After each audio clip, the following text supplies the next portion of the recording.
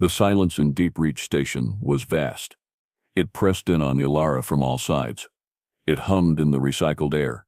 It echoed in the long, empty corridors outside the small engineering bay where she worked. Space was mostly silence, she thought.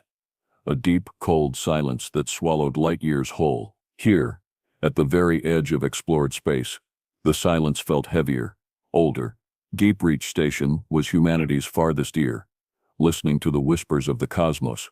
It was also a lonely place. Only 12 souls lived aboard, keeping the massive relay antennas aimed, the power core stable, the data streams flowing back towards Earth and the colonies.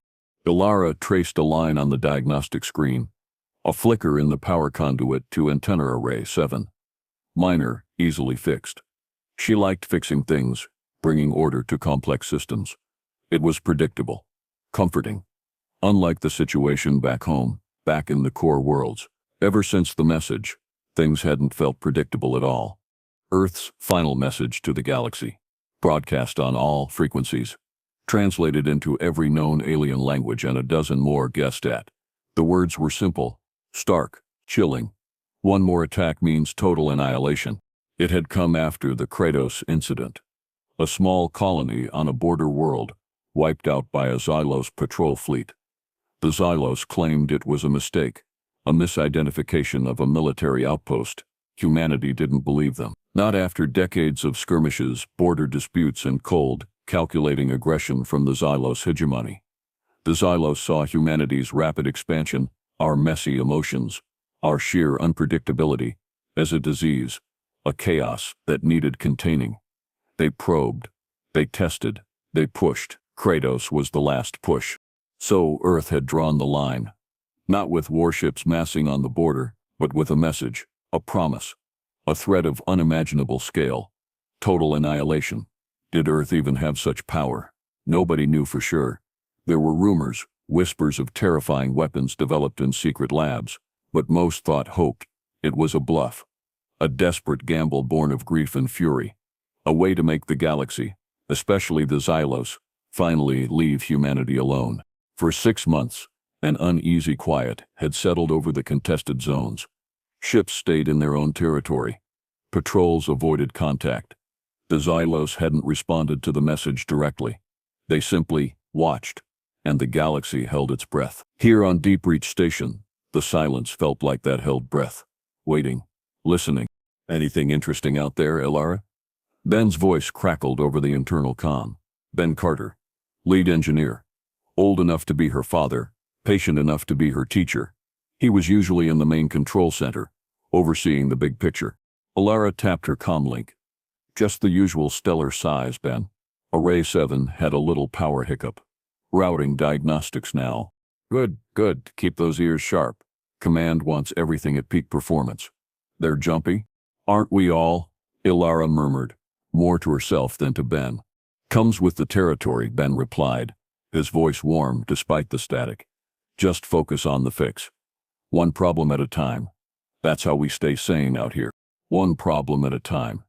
Ilara focused on the flickering lines of code on her screen. She isolated the faulty relay, initiated a bypass circuit. The power levels on Array 7 stabilized. Green lights blinked confirmation. Easy. Predictable. She let out a small sigh of relief. Ben was right. Focus on the task. She stretched, her muscles stiff from hunching over the console. The engineering bay was small, cluttered with tools, spare parts, and the faint smell of ozone and coffee. It was her little corner of the vast station. Her sanctuary against the silence. She glanced at a small photo stuck to the side of her monitor. A picture of Earth, blue oceans, swirling white clouds. A place she hadn't seen in 3 years. A place she defended, in her own small way, by keeping this station running. Suddenly the lights flickered. Not just a flicker, a violent shudder. The deck beneath her feet vibrated.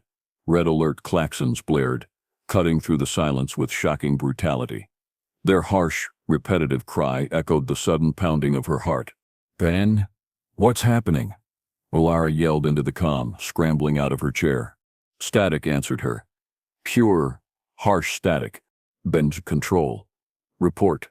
More static. The red emergency lights bathed the bay, in a pulsating, hellish glow.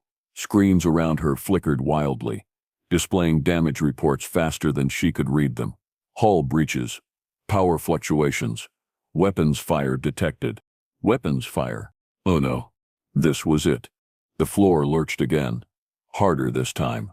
Illyria was thrown against a bulkhead. Pain shot up her arm.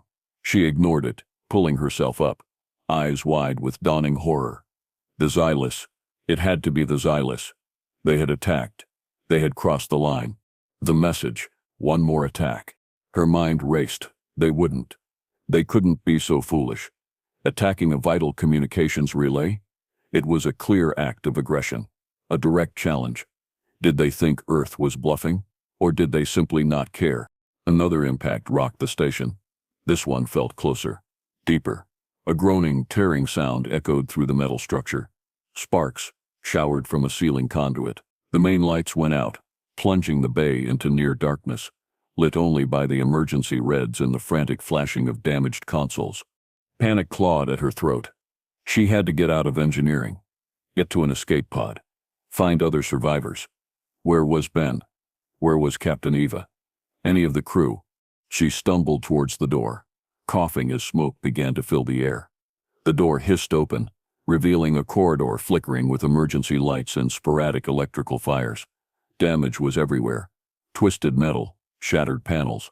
A section of the outer wall was gone, exposing the cold, star-dusted void of space.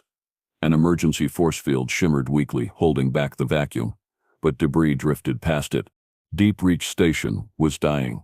She forced herself to move, stepping over debris, her boots crunching on shattered plexiglass.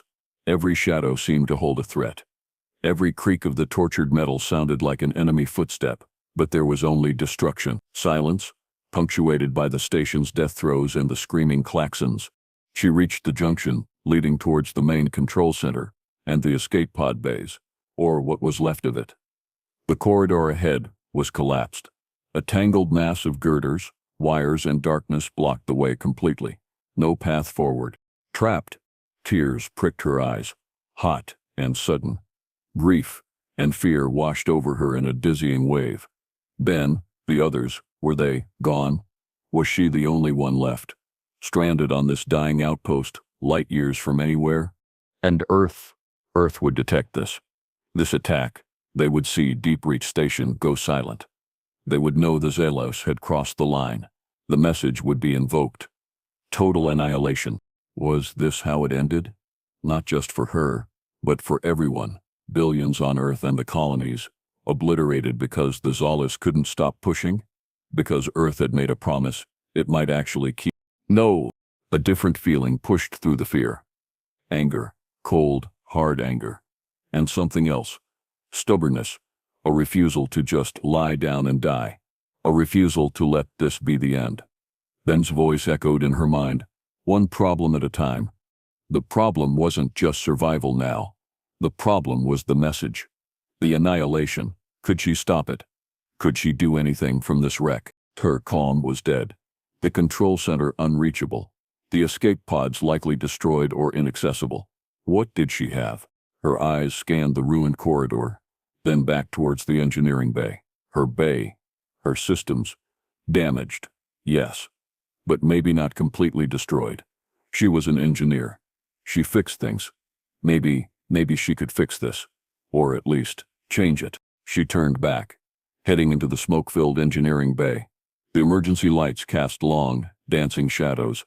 It looked like a tomb, but it was all she had left. One problem at a time, she told herself, taking a shaky breath. First problem, assess the damage. Find out what still worked. Power core status. Main communication arrays. Life support. She forced her shaking hands to work the auxiliary console, the one designed for deep system diagnostics. Miraculously, it flickered to life. Emergency power was holding. Barely. She bypassed the fried main controls, routing commands directly through the maintenance interface. Core integrity. Failing. Containment fields weakening. Meltdown imminent? No, the automatic safeties were trying to initiate a shutdown, but the damage was interfering. It was leaking radiation. But slowly. Hours, maybe days before critical failure. Not good, but not immediate death. Life support, localized sections only. Engineering bay functional, miraculously sealed off by emergency bulkheads during the attack. Air filtration working minimally, enough to survive for a while. Main communication arrays. Antenna 7, the one she'd just fixed. Destroyed, obliterated. Arrays 1 through 6, heavily damaged. Targeting systems offline. Power conduits severed, but not entirely gone. The core transmission coils on arrays 3 and 4 seemed intact, according to the diagnostic sensors. Damaged, but potentially functional if she could reroute power and bypass the burned-out amplifiers. Could she send a message? A warning to Earth? Tell them she was alive? Tell them what? Don't retaliate. Who would believe a fragmented message from a single engineer on a destroyed station? Command protocol would be clear. The line was crossed. Retaliation protocols engaged. Her heart sank. Sending a simple message wasn't enough. It wouldn't stop the juggernaut of Earth's military response. They had made their stand. Showing weakness now, hesitating, it might invite even more aggression later. What then? What could she possibly do? She slumped back in the chair. The cold, dread returning. She looked at the photo of Earth again. Blue and beautiful. So much life. So much worth saving. Worth fighting for. But how? Her eyes drifted across the flickering diagnostic screens. Power levels, radiation leaks, structural integrity failures, heat signatures. Wait, heat signatures. The Xylos ships. They were still out there. Sensors were damaged, but picking up 2 large energy signatures holding position nearby, probably observing. Making sure the station was truly neutralized. The Xylos. Logical. Calculating. They saw humanity as chaotic, emotional, weak. They saw this attack as a precise surgical strike. Disable a key asset. Minimal casualties expected on a remote relay station. They probably thought they were being efficient. Control. They wouldn't understand the fury they had unleashed. They wouldn't understand the meaning of the message until it was too late. Unless she could show them something else. Something they didn't expect. Not a plea for mercy. Not a threat. Something human. What did the Xylos value? Data, efficiency, logic. What did they dismiss? Emotion, art, chaos, unpredictability. Could she use that? Use what they didn't understand? An idea sparked in her mind. Crazy, impossible, but it was better than doing nothing. Better than waiting for annihilation. She couldn't repair the comm arrays to send a clear message to Earth. But maybe she didn't need to. Maybe she could repurpose them. Reroute the failing power core's energy. Not into a focused beam for communication, but into a broad, chaotic burst. A signal flare, but not of distress. Something else. She started working, hands flying across the console now with purpose, not panic. She needed power. Lots of it. The shutdown sequence on the core, could she override it? Partially? Enough to draw power, but not trigger a full meltdown? Risky. Insanely risky. She accessed the core regulation controls. Safety screamed warnings on the screen. She bypassed them one by one, rerouting energy flows, stabilizing the containment field just enough. The radiation alarms intensified. Her dosimeter badge started chirping ominously. She ignored it. Time was running out. Now, the arrays, 3 and 4. Their transmission coils were intact, but the directional emitters were slag. She couldn't aim them. But maybe she didn't need to. What if she overloaded them, caused them to resonate, to pulse energy wildly, omnidirectionally? It wouldn't be communication. It would be noise, pure, raw energy broadcast into space. But maybe she could shape the noise, modulate it. What data could she feed into it? Station sensor logs. The sounds of the attack. The klaxons. Her own heartbeat, picked up by the biomonitors in her suit. Fragments of the crew logs she might be able to recover from the station's local network. Pictures, sounds, personal messages. It wouldn't be logical. It wouldn't be efficient. It would be a mess. A chaotic scream of data, energy, grief, and defiance broadcast from the heart of a dying station. A message only humanity, or perhaps something truly alien, might understand.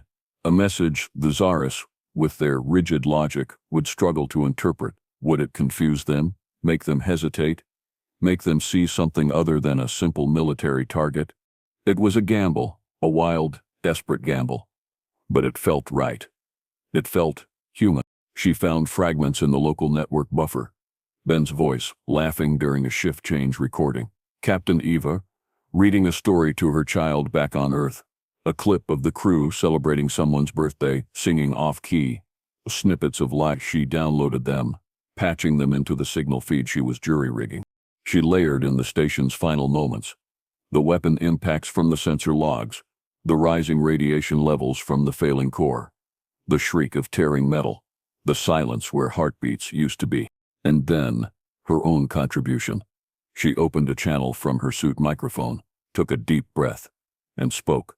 Not a plea, not a report, just words. This was Deep Reach Station. 12 souls. We were listening. We were working. We were living. Her voice was hoarse, thick with smoke and emotion. You did this. You broke the silence. She kept the channel open, letting the microphone pick up her ragged breathing, the hum of the failing life support, the insistent chirp of her radiation badge, a living pulse amidst the data storm.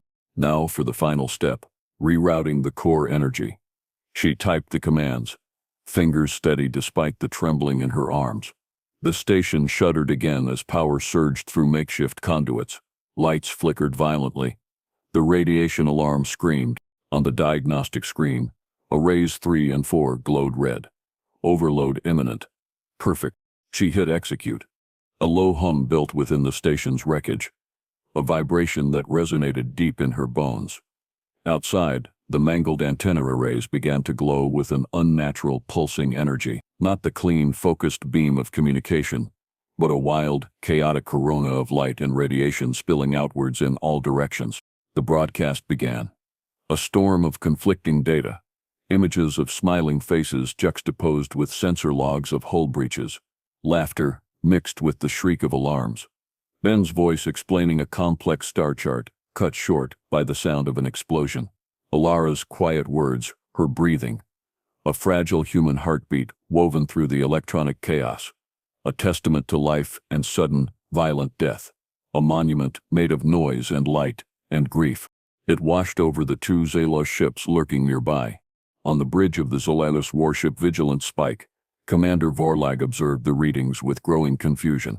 His multifaceted eyes, usually scanning data streams with cool precision, narrowed slightly. Deep Reach Station was neutralized. Confirmed kills on all power signatures, life support, and primary communication systems. Yet, this energy readings spiked from the wreckage. Unfocused, uncontrolled, exceeding expected decay signatures by several orders of magnitude. And the signal, it wasn't SADLess. It wasn't any known communication protocol. It was a jumble of electromagnetic frequencies, thermal spikes, radiation bursts, and complex data packets that defied categorization. Status report. Vorlag's voice was a series of precise, resonant clicks and tones. The standard Zydless method of communication. Energy output from target wreckage unstable and increasing. Commander, reported a subordinate, its metallic fingers flying over a console. Signal composition illogical, contains fragmented human data streams, acoustic recordings, biosignatures, fused with weapon impact telemetry, and core radiation leakage patterns. Meaning, Vorlag demanded. Zalos communication was efficient. This required interpretation, a messy, inefficient process.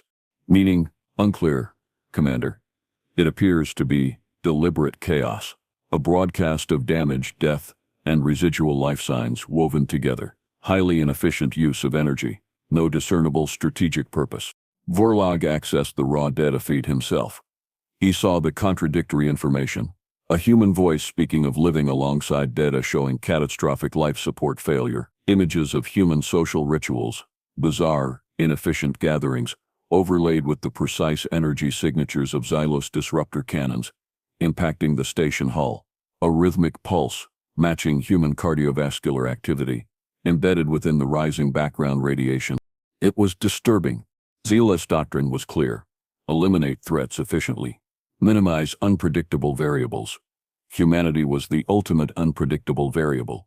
This attack was meant to be a calculated step in containing them. cripple their long-range communication show resolve, without triggering the rumored total annihilation weapon, which Zealous High Command assessed as a low-probability bluff. They expected silence from the station, perhaps a standard distress call before it died. Not this noisy spectacle, this broadcast of feeling. It felt like a message, but one encoded in a language Vorlag couldn't comprehend. Not a language of words or logic, but of raw, unfiltered experience. Grief, defiance, a warning. It was illogical, lustful, and yet compelling. The sheer energy pouring from the wreckage spoke of power. The chaotic data spoke of something Vorlag couldn't name. Resilience, stubbornness. Is the source localized? Vorlag asked. Affirmative, emanating from the engineering section. Heavily damaged but emitting intense energy and radiation. One active human biosignature detected within that section. One survivor? Causing this? Impossible. Unless human unpredictability extended further than Zalara's models predicted. Back on Earth, alarms had screamed through Fleet Command headquarters moments after Deep Reach Station went silent. The Xylos attack signatures were unmistakable. The final line had been crossed. The protocols were clear. Commander Eva Rostova stood before the main strategic display, her face grim. Holographic projections showed the Xalos fleet positions, the status of Earth's defense grid, and the ominous readiness indicators for Project Chimera, the codename for the total annihilation countermeasure. Whether it was a planet killer, a reality warping device, or something worse, only a handful knew. But the order to unleash it was hers to give, based on the confirmed attack. Commander, all fleets report ready. Chimera sequence initiation requires your authorization, said a taut-voiced admiral standing beside her. Rostova stared at the blinking icon representing Deep Reach Station. Silent. Destroyed. 12 crew members presumed lost. Anger warred with the immense weight of her responsibility. Unleashing Chimera wouldn't just punish the Zeros. It could ignite a galactic war beyond comprehension, potentially even harming Earth itself in the process. Was the bluff real? She didn't know for sure, but the order was clear. One more attack. Just as she was about to give the command, a junior communications officer spoke up, his voice hesitant. Commander, we're picking up something from the Deep Reach coordinates. It's not a standard signal. Report. Rostova snapped, latching onto the sliver of hope. It's chaotic, ma'am. Massive energy bursts, corrupted data packets. We're trying to filter it, but it's like noise. Except there are patterns, fragments of crew logs, station telemetry from during the attack, and a heartbeat.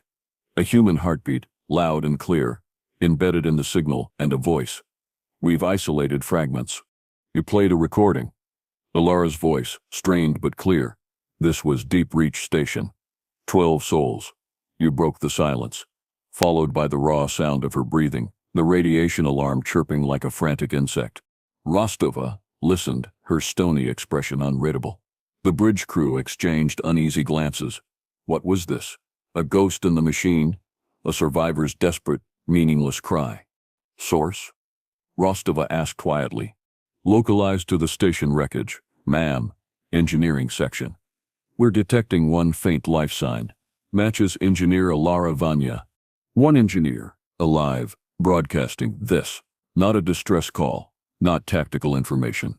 A broadcast of defiance, of grief, of sheer human presence refusing to be extinguished. It was illogical, unexpected, utterly unpredictable. It was quintessentially human. The admiral beside her shifted impatiently.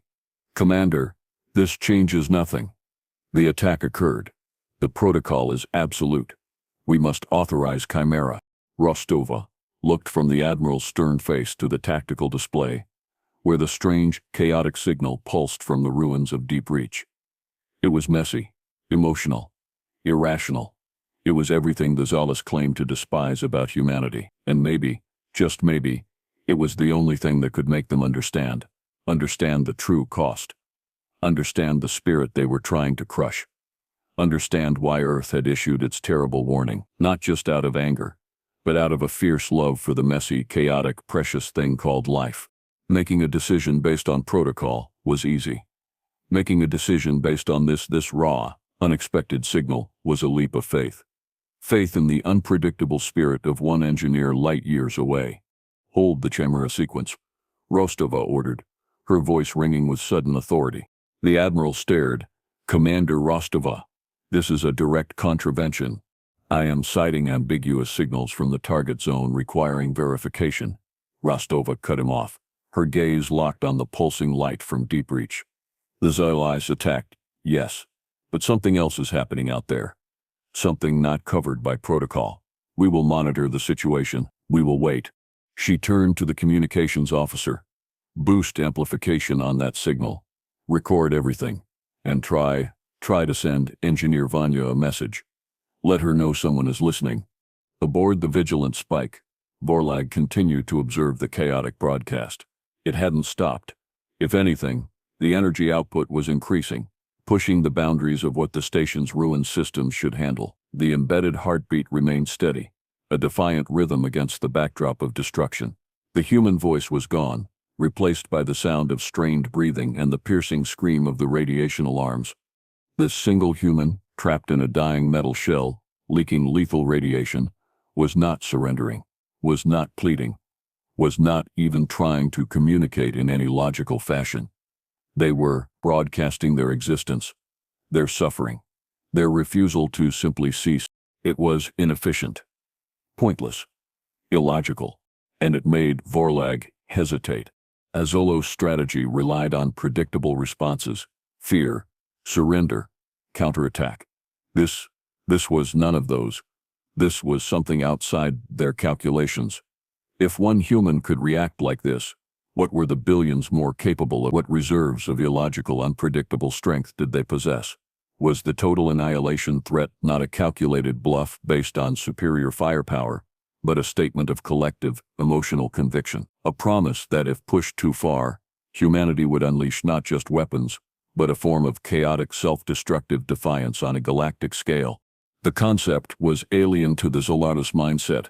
They preserved themselves, through logic, control, elimination of variables. The idea of embracing chaos, of broadcasting suffering as defiance, was unsettling, profoundly unsettling. Commander, his second officer interrupted his thoughts. Energy signature from the wreckage is peaking. Core containment failure appears imminent. Vorlag watched the readings. The station would destroy itself soon. The human survivor would perish. The strange broadcast would cease. His mission objective, neutralization of the station, would be complete. He could report success and withdraw.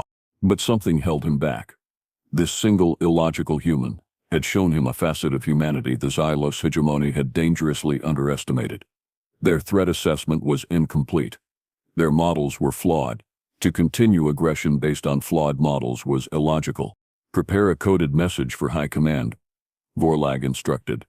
The resonant tones of his voice were flat, betraying none of the internal conflict. Assessment of human threat profile incomplete. Unpredictable variables encounter. Recommend immediate cessation of offensive actions and shift to extended observation protocol.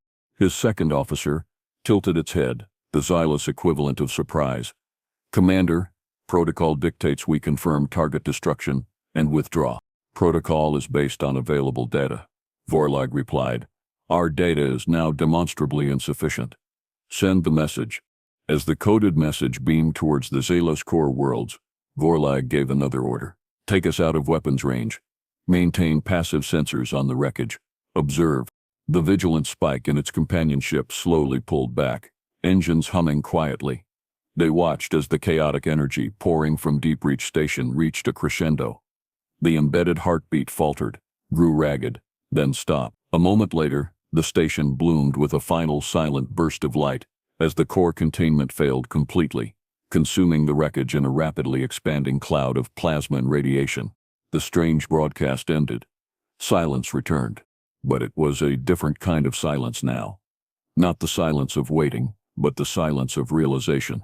Alara never knew for sure if her chaotic broadcast had been received by Earth, or if it had truly made the Zolalis hesitate.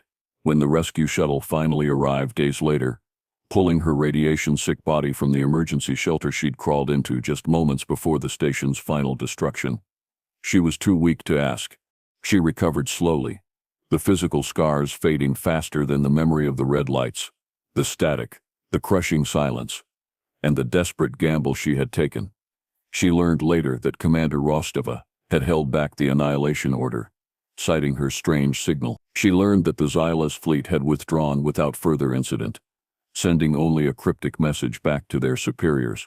An uneasy truce settled over the galaxy. The Xylos didn't attack again. They watched. Humanity watched back. Earth's terrible message still hung in the void. But now, it felt different. Less like a simple threat, more like a complex statement.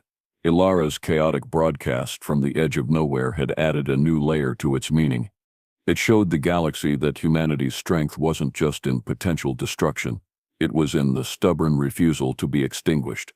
It was in the illogical, inefficient, unpredictable courage found in the face of loss. It was in the ability to turn grief into a broadcast, ruin into a monument, a single heartbeat into an act of defiance that echoed across the stars. Years later, standing on the observation deck of a new station, built not far from the drifting debris field that marked the grave of Deep Reach, Ilara looked out at the endless sea of stars. The silence was still there, but it didn't feel empty anymore. It felt watchful, attentive. The galaxy had seen something new. It had seen humanity, stripped bare, grieving, cornered, and it had seen it refuse to break. One more attack means total annihilation. The words remained. But now, perhaps, the galaxy understood a little better what humanity considered worth annihilating everything for. It wasn't just planets or resources. It was the messy, fragile, stubborn spark of life itself. It was everything.